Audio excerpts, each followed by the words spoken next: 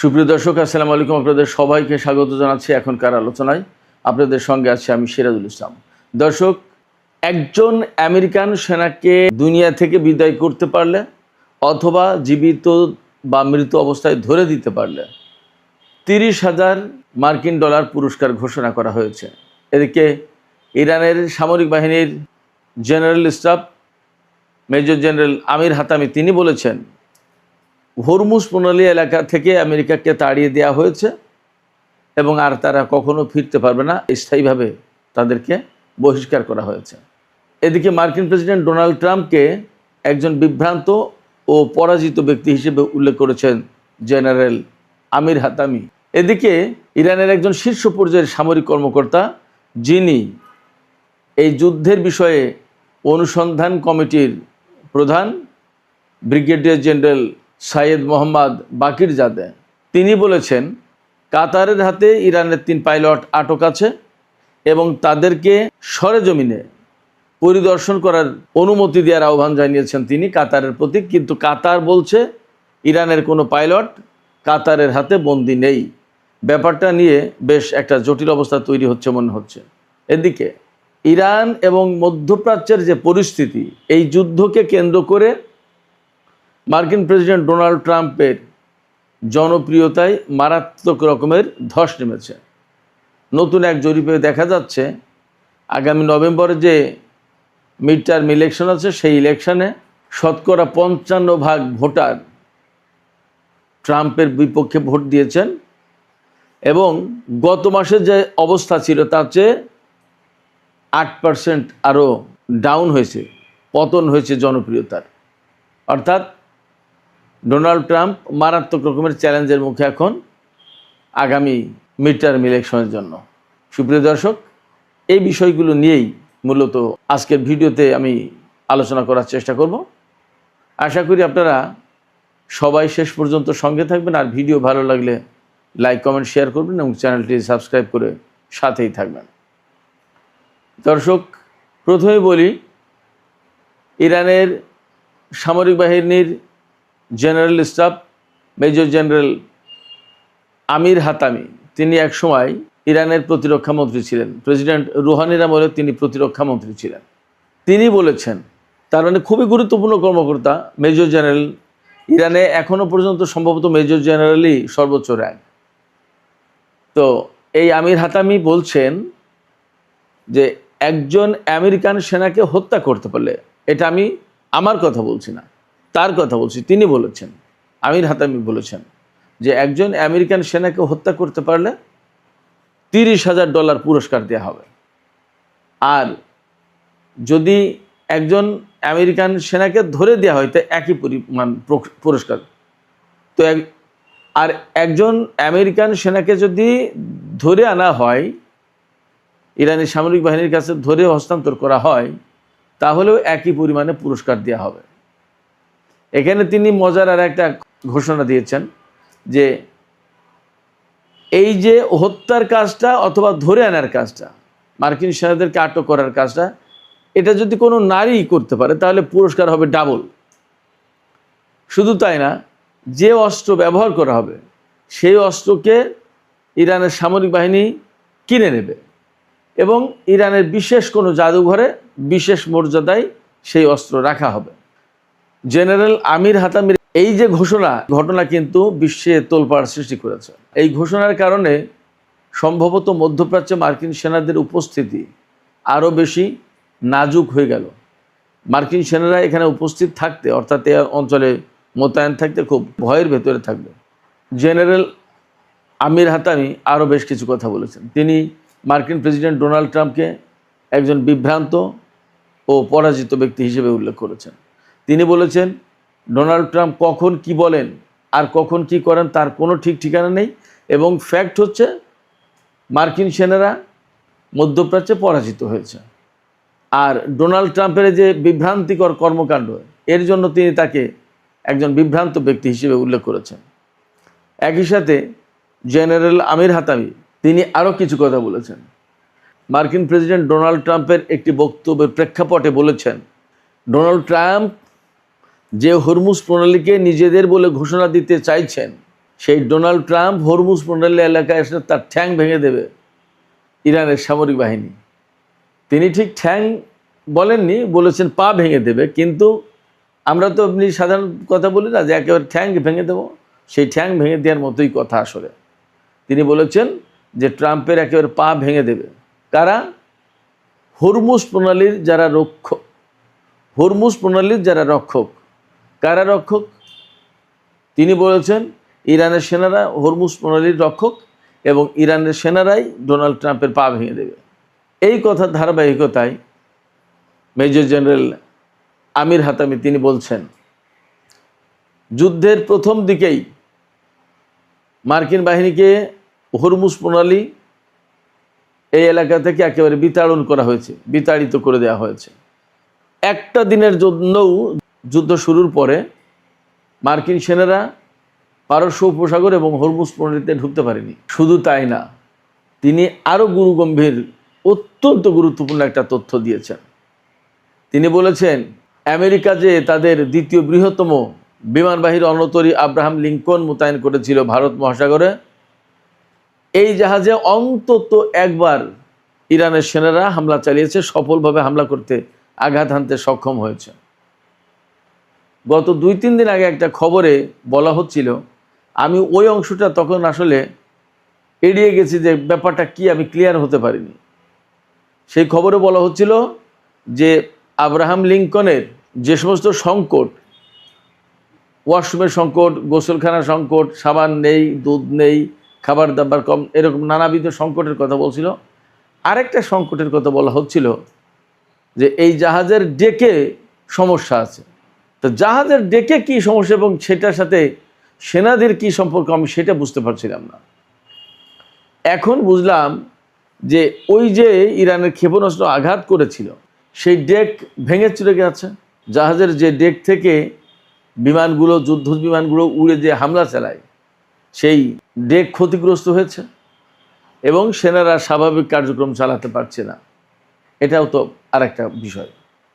এবং হুট করে যে সেই জাহাজ ঠিক করে ফেলবে তাও মনে হয় পারেনি। এবং আমরা তো পরবর্তীতে দেখেছি মার্কিন সেনারা ভারত মহাসাগরে এই রণতরী নিয়ে থাকলেও একটা পর্যায়ের আমেরিকার বিরুদ্ধে কিন্তু তারা হামলা চালাতে পারছিল না। অন্যান্য সংকটের সাথে এই জাহাজ থেকে বিমান হামলা চালানোর মতো পরিবেশও মনে হয় ছিল না, এটা বোঝা যাচ্ছে।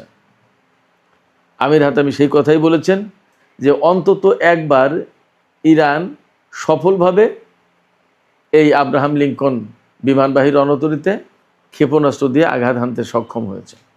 ব্যাপারটা যদি তাই হয় তাহলে এটা ইরানের জন্য অনেক বড় ব্যাপার। আমেরিকার কোনো জাহাজই ইরানের ক্ষেপণাস্ত্রের আওতায় নিরাপদ নয়, এটা পরিষ্কার হয়। আমি আপনাদেরকে এই ফাঁকে আরেকটা তথ্য দিই। এই তথ্যটা গত 2-3 দিন ধরে ঘুরছে, আমি আসলে উল্লেখ করিনি, কিন্তু এই প্রসঙ্গক্রমে আমি উল্লেখ করছি। সেটা হচ্ছে ইরান গত 2-3 দিন ধরে একটা প্রদর্শনী করেছে একেবারে পাহাড়ের অভ্যন্তরে গভীরে বিশেষ একটা জায়গায়। তাতে দেখানো হয়েছে এই যুদ্ধের সময় ইরানের ক্ষেপণাস্ত্র এবং ইরানি সেনাদের হামলায় কিভাবে মার্কিন F-15, তারপরে হারকিউলিস বিমান বা আরও যে সমস্ত বিমান ভূপাতিত হয়েছে। এরপরে 170টা ড্রোন দেখিয়েছে। আমেরিকা এবং ইসরায়েলের ড্রোন ভূপাতিত করেছে ইরান। সেই সমস্ত ড্রোনের ভগ্নাংশ কোনোটা প্রায় অক্ষত, বিভিন্ন ড্রোন, বিভিন্ন বিমান, বিভিন্ন পর্যায়ে, কোনোটা ভাঙা চোরা পার্টসপত্র এগুলো দেখিয়েছে। তার মানে হচ্ছে ইরান আসলে আমেরিকার সামনে এই যুদ্ধে মূর্তিমান আতঙ্ক হয়ে দেখা দিয়েছিল। এবং ইরানের পক্ষ থেকে আমেরিকার বিরুদ্ধে যে সমস্ত অভিযান চালানো হচ্ছে এগুলো আশ্চর্যজনক অভিযান। এই সমস্ত অভিযানে আমেরিকা যে এইরকমভাবে নাকানি চুবানি খেয়ে যাবে হয়তো ইরান নিজেও এটা কল্পনা করতে পারেনি। এবং পরবর্তীতে ইরান কিন্তু এই অভিযানের মাত্রা বা তাদের প্রতিরোধের মাত্রা কিন্তু বাড়িয়ে দিয়েছে ধীরে ধীরে। তার মানে ইরান বুঝে গেছে আমেরিকার দুর্বলতাগুলো কোথায়। এই দুর্বলতাগুলো খুঁজে খুঁজে ইরান হিট করেছে। ইরানের সামরিক বাহিনী আজকে আমেরিকাকে একেবারে পরিপূর্ণভাবে পরাজিত করার অঙ্গীকার ব্যক্ত করেছেন। তারা বলেছেন, ইরানের সামরিক বাহিনী বলেছে যে মধ্যপ্রাচ্য অঞ্চল থেকে মার্কিন সেনাদের একদম চূড়ান্তভাবে চলে যাওয়ার এটা হচ্ছে রেড লাইন। এই অবস্থা পরিপূর্ণ করা না পর্যন্ত ইরান যুদ্ধ থামাবে না এবং আমেরিকার বিরুদ্ধে অভিযান চলতে থাকবে এবং মধ্যপ্রাচ্যে আমেরিকার কোনো সেনা থাকতে পারবে না। এইটা হচ্ছে ইরানের পক্ষ থেকে চূড়ান্ত ঘোষণা এবং চূড়ান্ত দাবি, চূড়ান্ত লক্ষ্য। এর মানে হচ্ছে আমি যা মনে করছি, আমি বেশ কিছুদিন ধরেই বলেছি যে আমেরিকার সেনারা মধ্যপ্রাচ্যে থাকতে পারবে না এবং ইরান এখন সেই ঘোষণাই কিন্তু দিচ্ছে যে মধ্যপ্রাচ্য অঞ্চলে আমেরিকা থাকতে পারবে না, আমেরিকার সেনারা থাকতে পারবে না। এবং এই যে জেনারেল আমির হাতামি বললেন যে হরমুজ প্রণালী এলাকায় আমেরিকার সেনারা ঢুকতে পারেনি আর তাদের কখনো ঢুকতে দেওয়া হবে না। হরমুজ স্থায়ীভাবে আমেরিকা ইসরায়েলের জন্য নিষিদ্ধ হয়ে গেছে এবং জাতীয় সংসদ থেকেও কিন্তু এই ধরনের একটা প্রস্তাব বা বিল পাশ করা হয়েছে। অতএব হরমুজ প্রণালী এলাকা এবং হরমুজ প্রণালীর আশপাশ টোটাল মধ্যপ্রাচ্য এর কোথাও আমেরিকার সেনাদের জন্য আসলে জায়গা রাখতে চাইছে না ইরান। তারা কতদিনে এই ঘোষণা, এই অঙ্গীকার বাস্তবায়ন করতে পারবে সেটা একটা দেখার বিষয়। সুপ্রিয় দর্শক, আমরা গতকালকে বলেছিলাম একটা ভিডিওতে যে ইরানের অন্তত 3 জন পাইলট কাতারে বন্দী রয়েছে। তারা মার্চের 2 তারিখে কাতারে বিমান হামলা চালাতে গিয়েছিল SU-24 মডেলের বিমান নিয়ে। বিমান হামলা চালিয়ে, বোমা হামলা চালিয়ে ফেরার পথে দুটো বিমানই কাতারি বাহিনী বা মার্কিন বাহিনীর হাতে বিধ্বস্ত হয় এবং তার ভিতরে একজন সেনা মারা যায় আর 3 জন সেনা আটক রয়েছে কাতারের কারাগারে। এটা ইরানের দাবি। এই দাবির পরে কাতার বলছে যে না, তাদের কাছে কোনো সেনা বা পাইলট আটক নেই এবং এই দাবিটা ঠিক না। এখন ইরানের পক্ষ থেকে এই যে যুদ্ধে যে সমস্ত ব্যক্তি নিখোঁজ টিখোঁজ হয়েছে এই সমস্ত ব্যাপারে অনুসন্ধান কমিটি গঠন করা হয়েছে সামরিক বাহিনীর পক্ষ থেকে। সেই অনুসন্ধান কমিটির প্রধান ব্রিগেডিয়ার জেনারেল সৈয়দ মোহাম্মদ বাকেরজাদে তিনি বলেছেন যে কাতারের ভেতরে ইরানের এই 3 পাইলট আটক আছে কিনা প্রয়োজনে আমরা সার্চ করতে যাই, আমাদেরকে সেই দেশে ঢোকার অনুমতি দেওয়া হোক, আমরা খুঁজি। তাতে মনে হচ্ছে ইরান এখানে মূলত কাতারকে দায়ী করছে না, এখানে হয়তো আমেরিকা আটকে রেখেছে কাতারকে, সে কথা বলতে দিচ্ছে না। এই জন্য ইরান বলছে যে আমরা আসি এবং আমরা অনুসন্ধানটা করি। এখন কাতার যদি এই ব্যাপারে কোনো সাড়া না দেয়, অর্থাৎ ইরানকে যদি তাদের পাইলট ফেরত না দেয় অথবা তাদের পাইলট অনুসন্ধানের জন্য যদি সুযোগ না দেয়, তাহলে ইরানের সাথে কাতারের সম্পর্কের কি পরিস্থিতি দাঁড়াতে পারে সেটা কিন্তু একটা প্রশ্ন সাপেক্ষ ব্যাপার। এমনি কাতারের সাথে ইরানের সম্পর্ক ভালো ছিল, ভালো আছে বলে মনে করা হয়, কিন্তু কাতার যদি পাইলটদের ব্যাপারে ইরানকে সহযোগিতা না করে তাহলে হয়তোবা সেই সম্পর্ক মারাত্মক রকমের খাদে পড়বে, খারাপ হয়ে যাবে। সুপ্রিয় দর্শক, আলোচনা শেষ করব। একটা বিষয় তার আগে একটু জানাই, সেটা হচ্ছে মার্কিন প্রেসিডেন্ট ডোনাল্ড ট্রাম্পের পারফরমেন্স, তার জনপ্রিয়তা, এই সমস্ত ব্যাপারে একটা নতুন জরিপ চালানো হয়েছে। সেই জরিপে দেখা যাচ্ছে যে ডোনাল্ড ট্রাম্পকে আগে যে পরিমাণে মানুষ পছন্দ করতো তার চেয়ে অনেক অনেক কমে গেছে। আজকে নতুন জরিপে স্বতন্ত্র লোকজন 57% তারা ডোনাল্ড ট্রাম্পের পারফরমেন্সে খুশি না, তারা তাকে পছন্দ করে না এবং তারা মনে করে যে ডোনাল্ড ট্রাম্পের আমলে আমেরিকার অর্থনীতি, আমেরিকার পরিস্থিতি খারাপ হয়েছে। 55% ভোটার একই কথা বলেছে। রিপাবলিকান দলের 4 ভাগের 1 ভাগ মানুষ ডোনাল্ড ট্রাম্পকে পছন্দ করছে না, তার নিজের দল।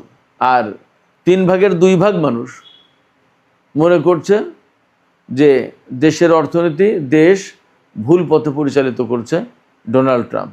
আগামী নভেম্বর মাসে যে মিড টার্ম ইলেকশন রয়েছে, সেই ইলেকশনে ভোটারদের 44% ডেমোক্র্যাটদের পক্ষে ভোট দিয়েছে এই জনমত জরিপ অনুযায়ী, আর 39% রিপাবলিকানদের ভোট দিতে আগ্রহী। তার মানে রিপাবলিকান দলের ভরাডুবি হতে পারে নভেম্বরের মিড টার্ম ইলেকশনে, এটা এই জরিপ থেকে পরিষ্কার হচ্ছে। এই জরিপে সাকুল্যে 55% লোক ডোনাল্ড ট্রাম্পকে ডিসঅ্যাপ্রুভ করেছেন, বলছেন যে তারা পছন্দ করেন না। এর মানে ইরান যুদ্ধ মার্কিন প্রেসিডেন্ট ডোনাল্ড ট্রাম্প এবং তার দল রিপাবলিকান পার্টির জন্য একটা বিপর্যয় ডেকে এনেছে, একথা মোটামুটি বলা যাচ্ছে। এখন সামনে নির্বাচন নভেম্বর মাসে, আরও বেশ কিছু সময় আছে বাকি। দেখা যাক এই সময়ের ভেতরে ডোনাল্ড ট্রাম্প কোনোভাবে তার জনপ্রিয়তা কিছুটা ফেরাতে পারেন কিনা। তা যদি না হয় তাহলে আসন্ন নির্বাচনে তার দল খুব খারাপ করবে, একথা বলাই যায়। সুপ্রিয় দর্শক, এখনকার আলোচনা এখানে শেষ করতে চাই। আলোচনা শেষের আগে আপনাদের কাছে মতামত জানতে চাই। ইরান যে ঘোষণা দিল যে তারা মার্কিন বাহিনীকে পরিপূর্ণভাবে পরাজিত না করা পর্যন্ত এই যুদ্ধ বন্ধ করবে না, এবং মার্কিন সেনাদের হত্যার ব্যাপারে ইরানের পক্ষ থেকে পুরস্কার ঘোষণা করা হয়েছে। এই ঘোষণাগুলো আসলে ইরানের সামরিক বাহিনী বাস্তবায়ন করতে পারবে বলে আপনারা মনে করেন? আপনাদের মতামত কমেন্টে জানাতে পারেন। আর ভিডিও ভালো লাগলে লাইক, কমেন্ট, শেয়ার করবেন এবং চ্যানেলটি সাবস্ক্রাইব করে সাথেই থাকবেন। দর্শক, এখনকার আলোচনা এখানে শেষ করতে চাইছি। আপনারা সবাই অনেক অনেক ভালো থাকুন। আল্লাহ হাফেজ।